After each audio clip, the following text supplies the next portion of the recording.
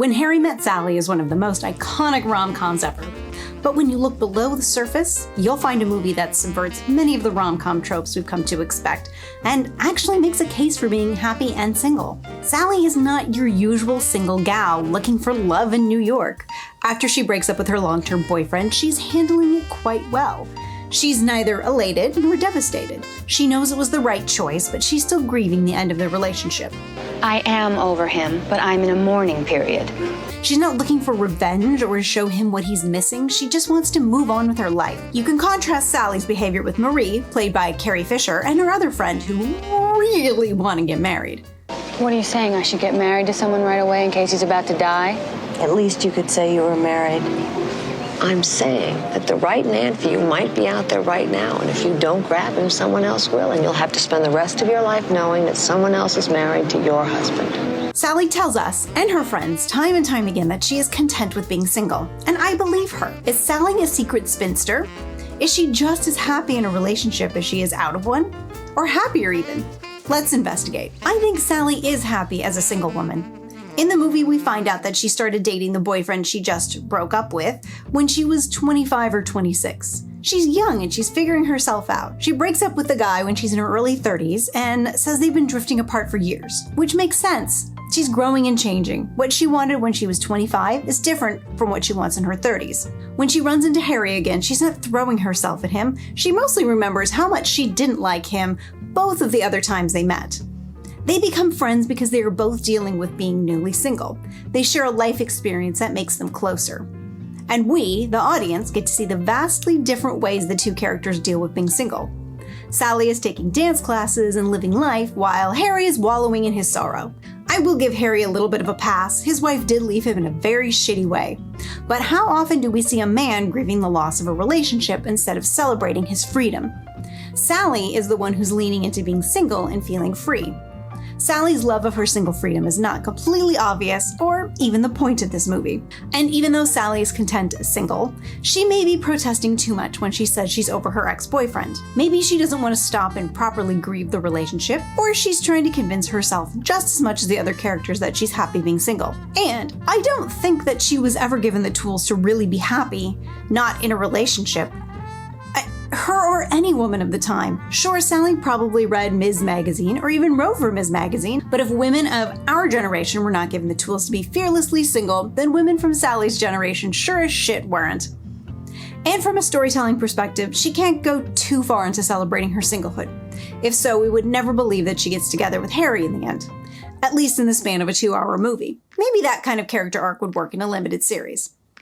What are some of the character choices that point to Sally being happy as a single person? No meet cute. You could argue that this movie is full of meet cutes. They are stuck in a car together. They're stuck in a plane together. He runs into her at a bookstore. In any other rom-com of the era, during any of these run-ins, Harry and Sally would have made eyes at each other and said irrationally heated things to each other. In When Harry Met Sally, they are both fairly calm, because they are well-developed characters and you get the sense that they have more going on in their lives than flirting with random strangers. Sally especially. Sally isn't pining away for someone she detests. When Harry meets Sally, they don't like each other. What? Do I have something on my face? You're a very attractive person. Thank you. They meet 5 years later on a plane, and they still don't like each other. And plus, you just get to a certain point where you get tired of the whole thing. What whole thing? The whole life of a single guy thing. You meet someone, you have the safe lunch, you decide you like each other enough to move on to dinner. You go dancing, you do the white man's overbite. Go back to her place, you have sex, and the minute you're finished, you know what goes through your mind? How long do I have to lie here and hold her before I can get up and go home? Is 30 seconds enough? That's what you're thinking. Neither Harry nor Sally has spent a great deal of the past years thinking about the other one. Then 5 years elapse, and now they're ready to be friends. I know him. Who is he? Harry Burns. He's a political consultant. He's cute. You think he's cute? And what I really think points to Sally being content being single is that Harry fits into her life. If he was disruptive to her life in any way, I like to think that she would have ended the friendship or just not made it a priority. Sally doesn't eat ice cream and sob. We only see Sally upset about her breakup with her long-term boyfriend one time, and it's a pivotal moment in the movie. If you could take him back right now, would you? No! But why didn't he want to marry me? What's the matter with me? Sally has just learned that her ex-long-term boyfriend is engaged, and it's devastating. Not because she wants him back or wants to be engaged to him, but she feels rejected. It never feels good to be the one before the one. Even if there's nothing wrong with you and you just weren't compatible with that person, it still makes you feel like there's something fundamentally wrong with you. Which is kind of brilliant that Harry and Sally connect on a not platonic way here. Sally feels comfortable enough to be vulnerable around Harry. She doesn't feel the need to hide her feelings. She can be her true self, and she trusts him with her emotions. She doesn't sleep with Harry out of desperation or manipulation. She sleeps with him because she knows herself well enough to know that she needs a personal connection with someone to have sex with them. Which to me translates as peak spinster behavior. She won't compromise in her relationship. She will only accept what she really needs. Sally doesn't view marriage the same way her friends do. Her friends view it, as most women are taught to, as something that validates your existence. Sally found someone. Well, Sally got the last good one. Joe and I broke up What? When? Monday.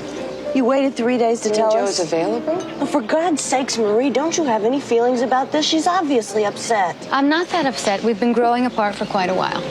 But you guys were a couple. You had someone to go places with. You had a date on national holidays. While Sally doesn't need a husband to know who she is and what she likes and what she values, Sally is more concerned with developing a relationship with someone and spending time with someone she loves. The title of wife isn't that important to her, and she isn't willing to compromise herself to be with Harry. After they sleep together, Sally has some reservations and questions her decision. It was a mistake. I am so relieved that you think so, too. I'm not saying last night wasn't great. It was. Yes, it was. We just never should have done it. I couldn't agree more. I'm so relieved. Great. Yeah. Which makes for some believable conflict. In many rom-coms, a very silly misunderstanding usually leads to that will they, won't they scene. In a bad rom-com, it's frustrating to watch when the characters jump through hoops to avoid talking to each other to end the conflict. But in When Harry Met Sally, this little tiff is the first time we see Harry and Sally not talking to each other. And it's believable that this argument, no matter how stupid it is happening. And it's believable that Sally is questioning her decision to sleep with Harry, because she values herself and won't launch herself into a relationship just because it feels right. She has to know it's right. Who would have guessed that the mother of all rom-coms actually features a main character who could just as easily have been a spinster? Sure, she gets married in the end, but she seems truly happy in her relationship. We were friends for a long time. And then we weren't. And then we fell in love. 3 months later, we got married. It only took 3 months. She didn't compromise herself to fit into that relationship. And that is the essence of the spinster life. Relationships are optional because a spinster has the tools to love her life independent of her relationship status.